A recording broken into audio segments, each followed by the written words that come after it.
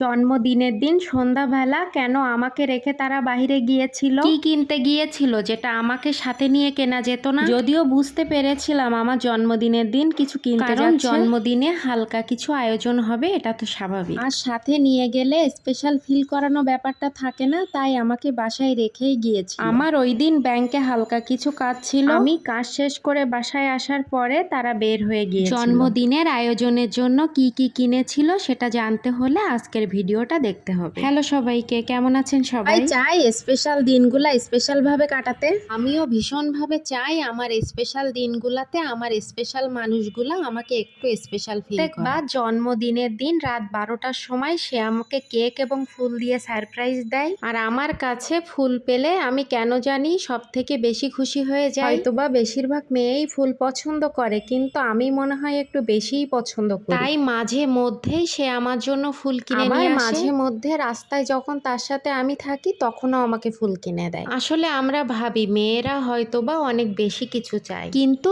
এটা ভুল। মেয়েরা অল্প কিছুতেও ভীষণভাবে খুশি হয়ে যায়। একগুচ্ছ ফুল, এক পাতা টিপ, কাজল, 1 ডজন চুড়িতেও মেয়েরা ভীষণভাবে খুশি হয়ে যায়। যদিও বা সব মেয়ে এক না, তবে আমি এখানে বলবো বেশিরভাগ মেয়েই খুশি হয়ে যায়। যাই হোক, এখানে তারা আমার জন্য কেক পছন্দ করছিল, তারপরে কেকে সুন্দর করে তারা নাম লিখে নিচ্ছিল। আমি যেহেতু ভিডিও আপলোড করি, তাই আমার জন্য তারা ছোট ছোট কিছু ক্লিপ নিয়ে রেখেছিল। যদিও ভিডিওর ক্লিপগুলা দেখে আমার ভীষণভাবে ভালো লেগেছিল, তাই আজ বসে গিয়েছি ভিডিওগুলা এডিট করে আপলোড করার জন্য। স্মৃতিগুলা তো অন্তত থাকবে। আমার প্রিয় মানুষটা আমাকে পিউ বলে ডাকে, তাই এখানে সে পিউ নামটা লিখেছে। তো আমার আসল নাম কিন্তু প্রমা। আপনারা আবার কনফিউজড হয়ে যাবেন না কিন্তু, কারণ একটা ছবি আপলোড করার পরে অনেকেই জানতে চেয়েছে আমার নামটা আসলে কি। আমি আগে ভাগেই ক্লিয়ার করে দিলাম। আর এখানে আইসক্রিম আর দই নেওয়া হয়েছিল। আমার যেহেতু আইসক্রিম এবং দই খুব পছন্দ, তাই আইসক্রিম আর দই নিয়েছি। আমি মিষ্টির ভিতরে শুধু দই আর রসমালাইটাই একটু পছন্দ করি, আর মিষ্টি তেমন খাই না বললেই চলে। যাই হোক, এগুলা নিয়ে তারা বাসায় এসেছিল। বাসায় এসে নিজে হাতে আমার হাজবেন্ড আমার জন্য খাসির মাংস এবং মিষ্টান্ন রান্না করেছিল। একটু খুশির জন্য এর থেকে আর বেশি কি প্রয়োজন?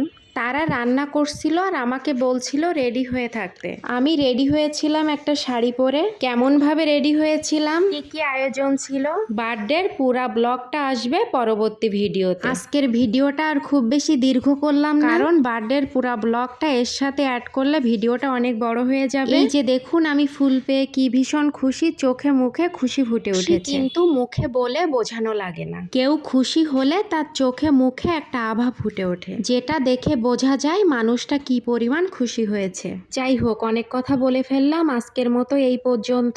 আবার দেখা হবে পরবর্তী কোনো ভিডিওতে। ততক্ষণ অবশ্যই সবাই ভালো থাকবেন, সাবধানে থাকবেন এবং প্রমাস স্টোরির পাশে থাকবেন।